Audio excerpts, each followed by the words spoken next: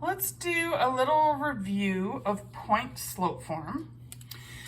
The formula for point slope form is y minus y1 equals the slope times x minus x1.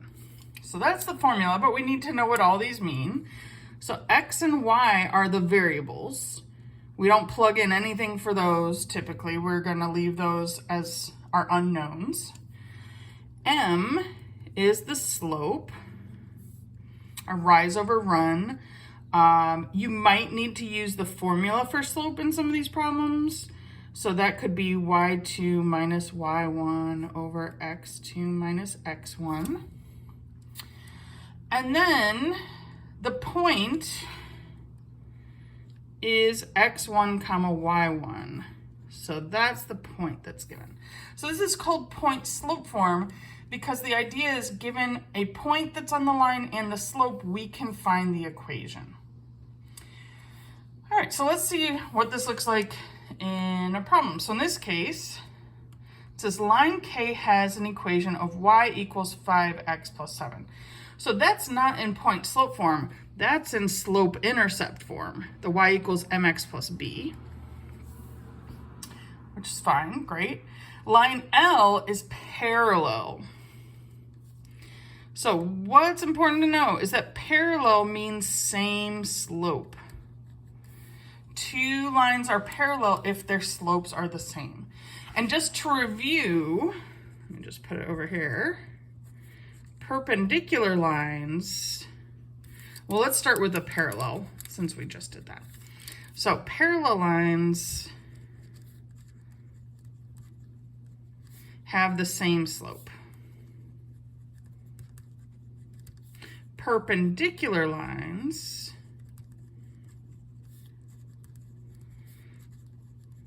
have slopes that are opposite reciprocals. So instead of the same, slopes that are opposite reciprocals. Which is a little weird. Instead of the same, it's something, well, it has to be the opposite. Because instead of the two lines never crossing, perpendicular lines cross exactly at 90 degrees. So that means one of the lines has to have positive slope and the other has negative slope. So that's what we mean by opposite, is the signs, positive or negative. And then reciprocal means flip over the fraction. All right, so let's sort of talk about that in the context of this problem. So line K, our starting line, has slope 5. And I knew that because the slope in slope-intercept form is the number multiplied by x. So we're starting out with a slope of 5. So that means if we're parallel, the slope is just going to stay 5. If this problem, we could have the same exact problem, but instead of the word parallel, if they said perpendicular, then the slope would be negative 1 over 5. So we would take the opposite sign. So if 5 is negative, we flip it to positive, or 5 is positive, we flip it to negative, and then flip over the fraction. So 5 over 1 is the reciprocal of 1 over 5. Hopefully that makes sense. And if you look back, I think at section 3.3, when we first talked about slopes, we went over it then as well. But let's do one that's parallel. Let's go back to this problem. So parallel means same slope, so I'm going to use a slope of 5, and then they give us a point.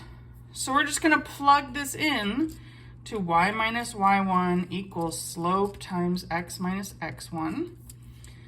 Y minus, the y value of the point is 9. The slope, we said we're going to use the same slope for parallel, so that's 5. And then x minus the x value of the point, 2. So this is the answer in point slope form. But if we read the problem, it says find an equation in point slope form and in slope intercept form. To get in slope intercept form, we need to multiply this out. So this is a great answer for point slope form, but not for the slope intercept. So if I multiply out the 5, I get y minus 9 equals 5x minus 10. I just type 5 times x, 5 times 2. And then I'm going to add 9 to both sides. So for slope-intercept form, we need to get it in y equals mx plus b. In this case, it's y equals 5x minus 1. In other words, we need to get y by itself. So anytime we're asked for slope-intercept form, we need to get y by itself.